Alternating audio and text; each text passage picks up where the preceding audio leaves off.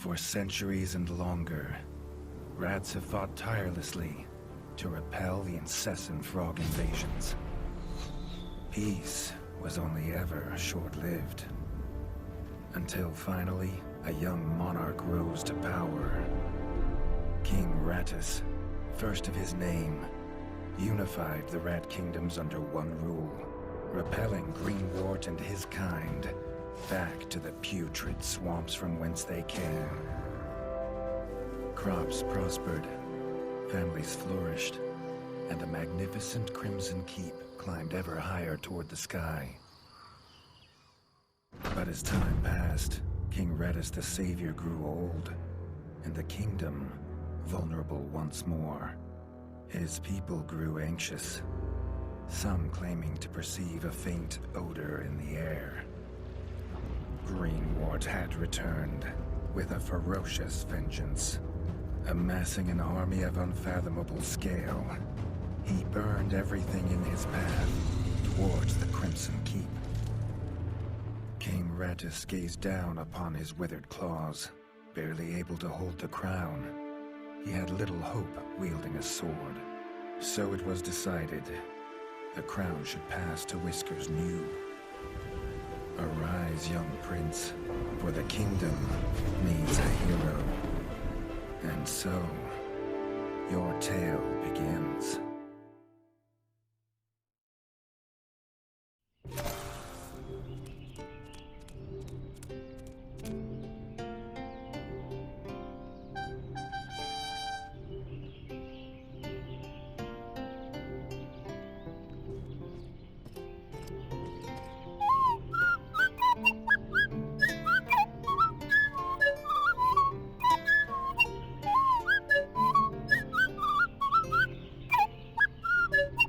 When his squire woke him with this god-awful noise, the young prince was dreaming about this day, just like he had for months.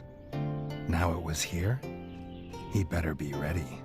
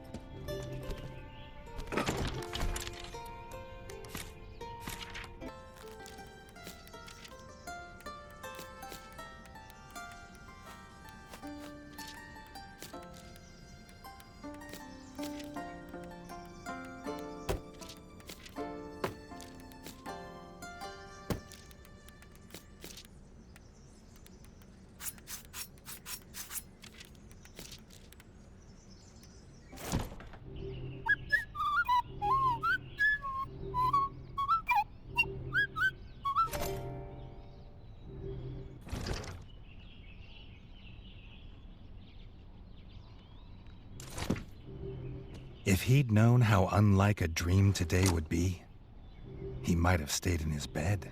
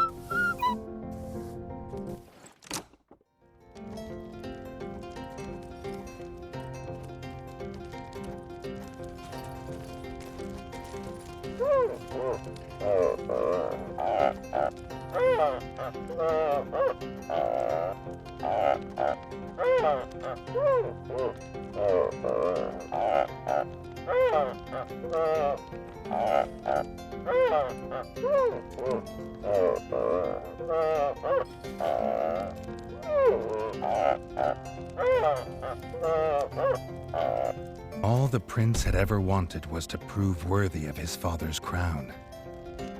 He might be the smallest brother, but if he was prepared, he thought he had some small chance.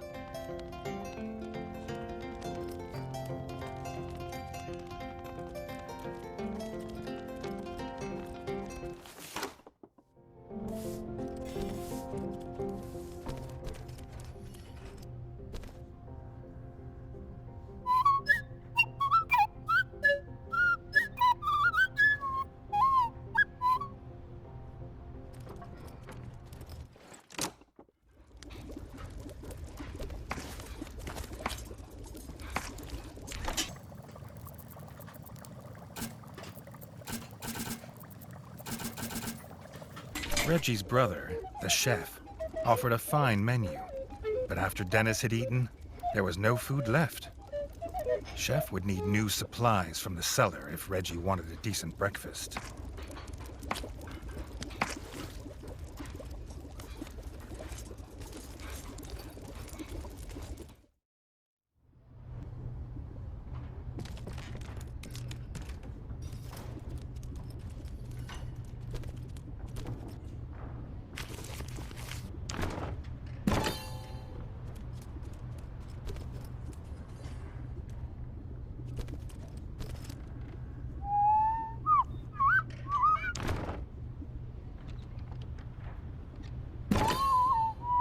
The Bard had found the last of the summer raspberries in the bare basement. The Bard was quick to offer one, even though they weren't his.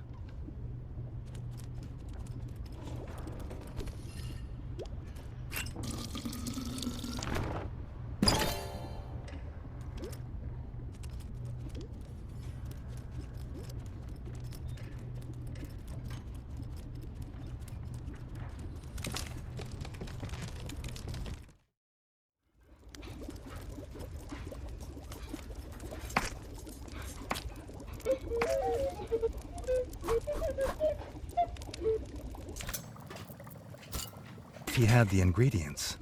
His brother, the chef, would make you a feast fit for kings. Or so he says. Reggie only ever gets his brother Dennis's leftovers, so he wouldn't know.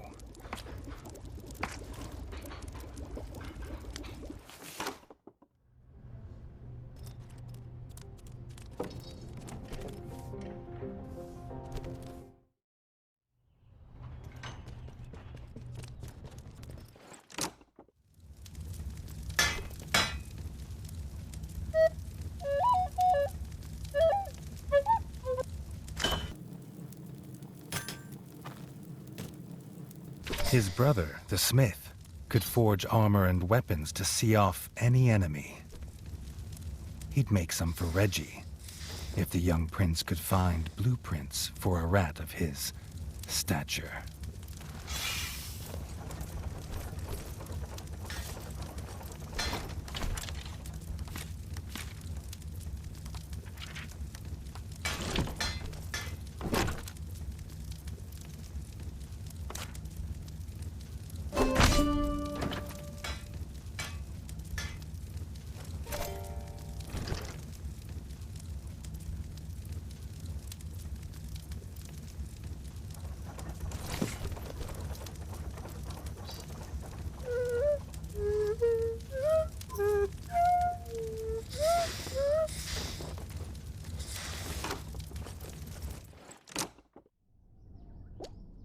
His eldest brother didn't think Reggie could hit a target, even if it was standing still.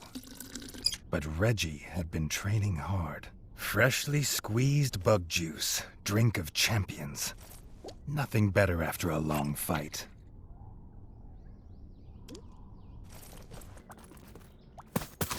The training dummy's red attacks were too strong to block.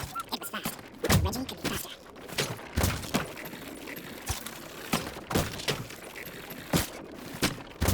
Not even attacks. His only hope was to parry with his trusty shield.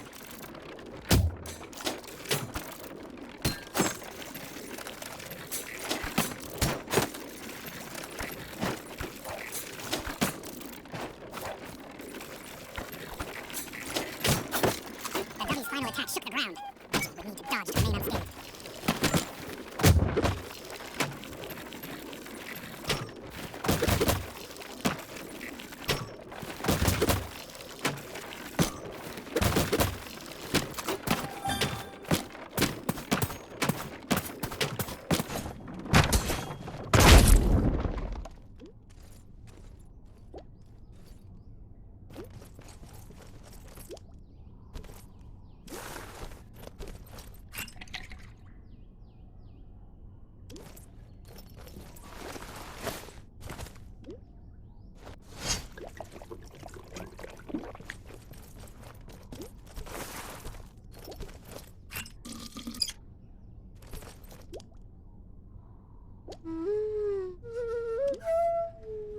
Dennis was impressed.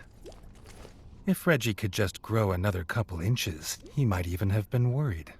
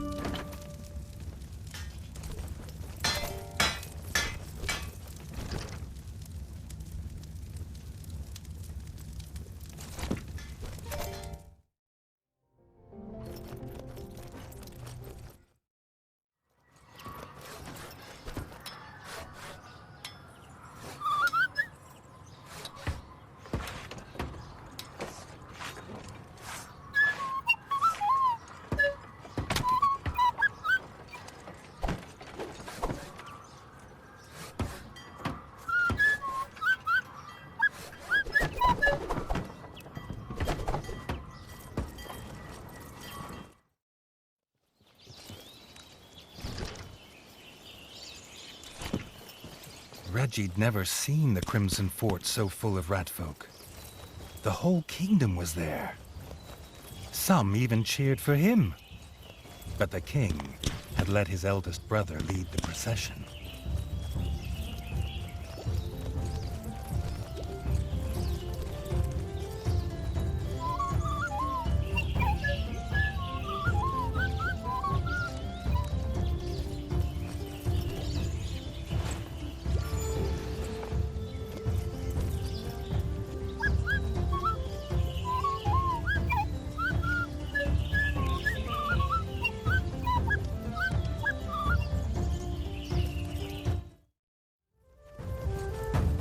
If he was scared, he wasn't showing it. He was going to show all of them what he was made of. If nothing else, this'd be no easy win for Dennis.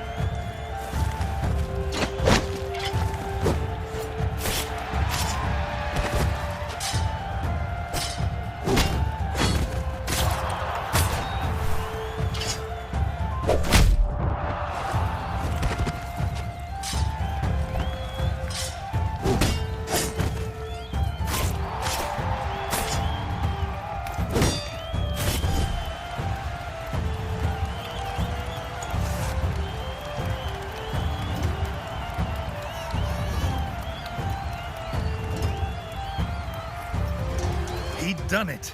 He proved himself a worthy heir to his father's kingdom.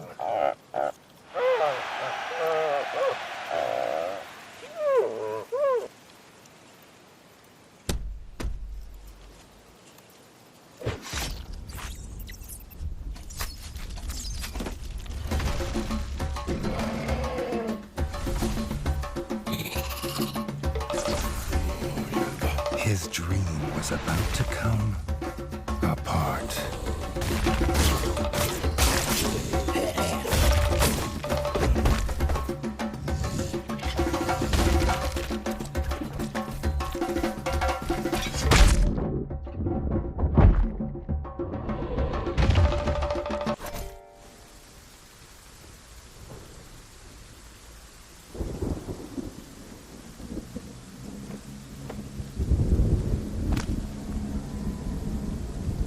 The prince woke this time from a dream of blood and frog spawn, finding he had neither a crown, nor a kingdom, nor a father.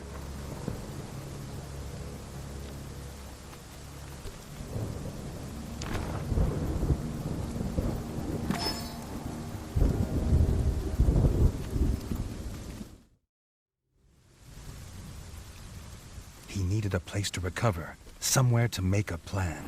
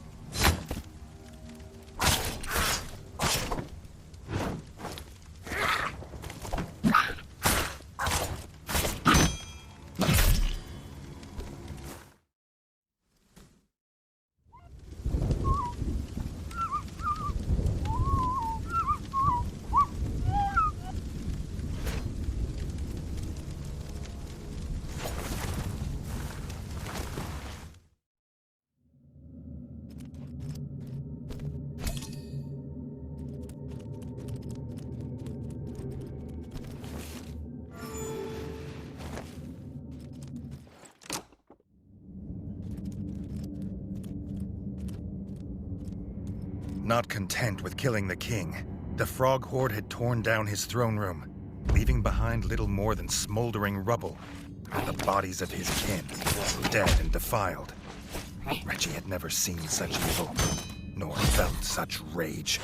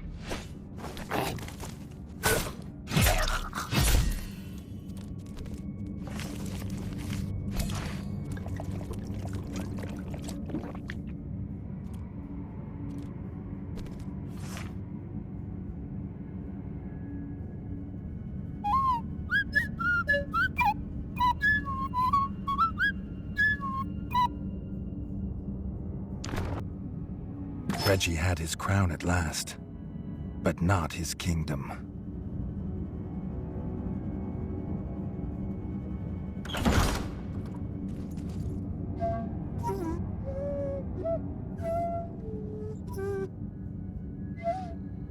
Dennis had returned, but shamefaced. Drunk from drowning his sorrows in the village, he couldn't hold back the frogs there, or stop them taking their brother, the chef.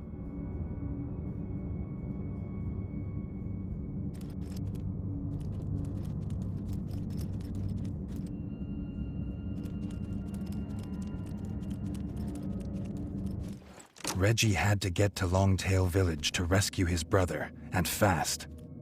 If he could fix the travel board, it'd show the quickest way. More than one use for a hammer. And its work on the frog skull seemed to be done.